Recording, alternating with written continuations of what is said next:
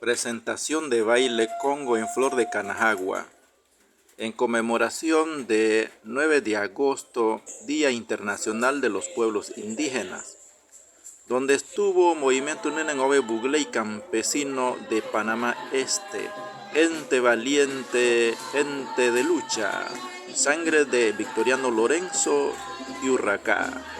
Así se presentó Baile Congo.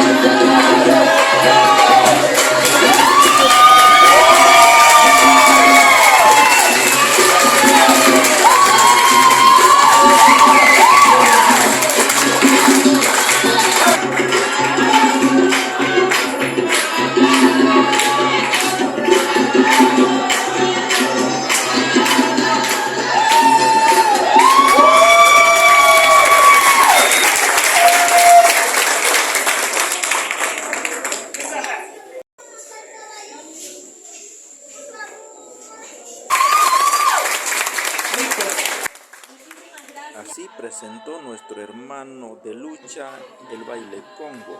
Muchas gracias.